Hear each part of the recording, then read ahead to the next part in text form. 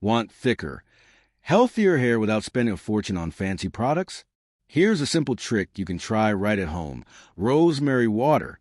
Rosemary has been used for centuries to boost hair growth, and modern research shows it actually stimulates blood circulation to the scalp, strengthens roots, and may even slow hair thinning. Some studies say it works just as well as expensive hair tonics, but naturally, making it is super easy.